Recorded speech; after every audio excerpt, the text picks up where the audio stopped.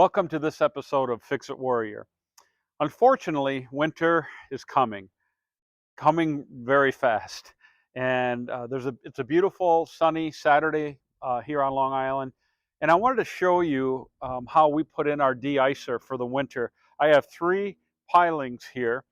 And once in a while, the canal does freeze. Doesn't ever really get that thick, but it doesn't need to be that thick. If there's ice around these pilings, and then you have high tide, the ice will pull the pilings right out of the sand, and they'll end up somewhere in the bay.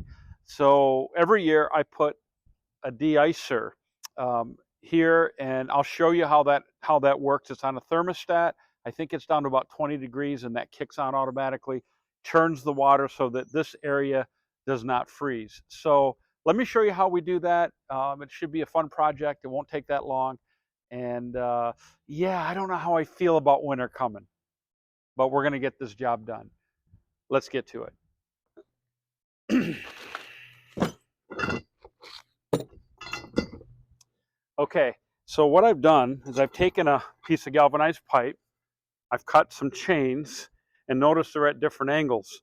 I want this bubbler to point out a little bit. So this is the perfect angle that will keep that bubbler pointing out.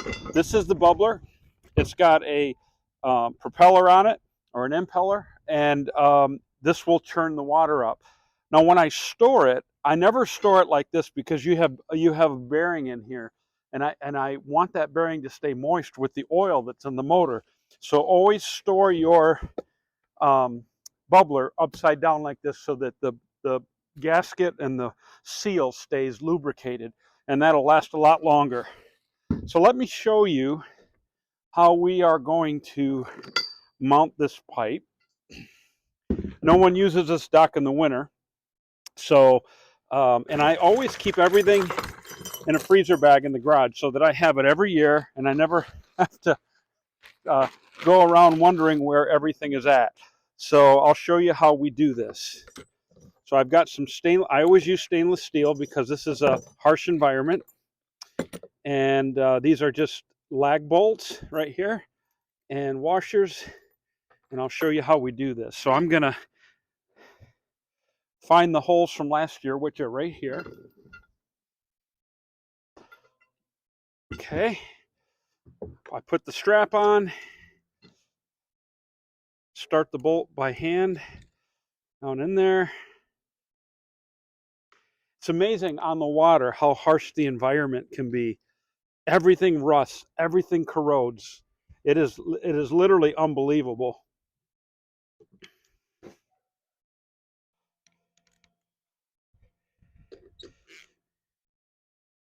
So I just basically tighten them down into the dock like this, and just before I get it real tight, I'll move this pole out where I want it, this pipe.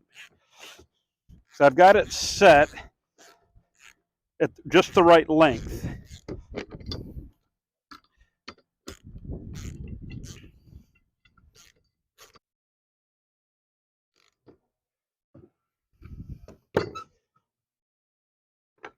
I'll put the other one on here, and again, I can see the holes from last season, so these will go in pretty easy.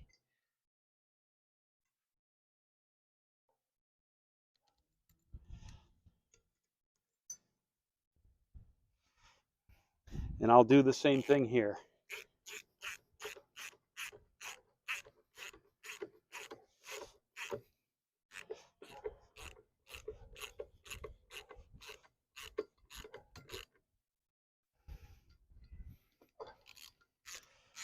And the thing about having a floating dock is that regardless of how high or how low the water is, this bubbler is always going to be the same distance under the water.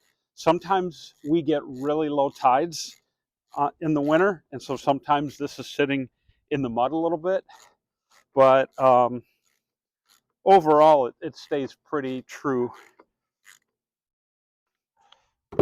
Okay, yep. And then that gets it away from this dock.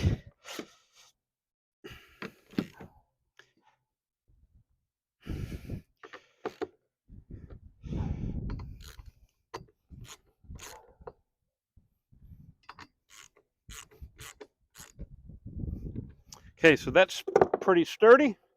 Now all I'm going to do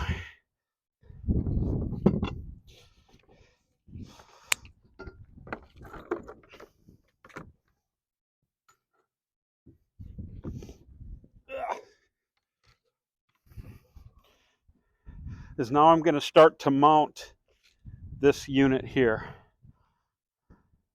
What's crazy, or I guess, I don't know if you call these carabiners or not. I don't know what you call them, but just over a period of 2 seasons, these have just rusted out almost to nothing. So I had some extra ones in my garage that I'm going to use right now. So what I'll do, I'm going to pull this up, and I'm going to keep the cord towards the dock, so I kind of know where I want that. I'm just going to tighten this down on this one.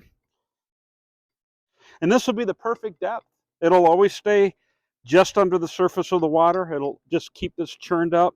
It's amazing what this will do to keep it from freezing. And it actually keeps the whole slip here from freezing. Okay, so that one's done. Finger tight is good. And then we're going to go for this one. I'm going to do this directly across from it, like right in here. And we're just going to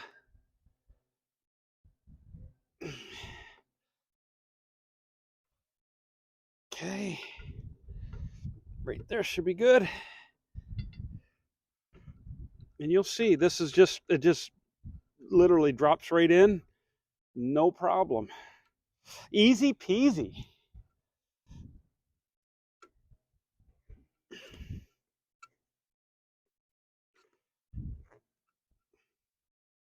Okay, these are both locked in. I'm going to drop this in the water. Yep, it's perfect. And so that's pretty much all we need to do here.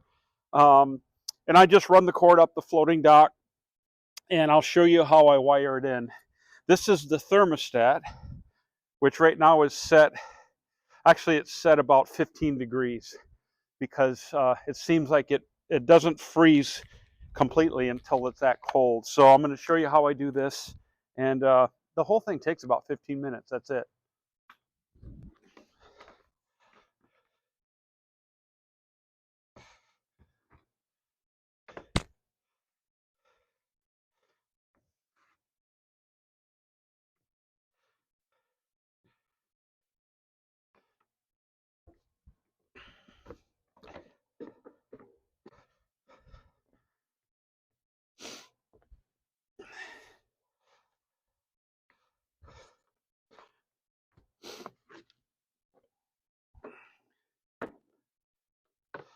Okay, so what I do, I have just to have a little plastic cover here just to protect the plug from the elements, and just kind of keeps the connection dry if we have a bad storm or something.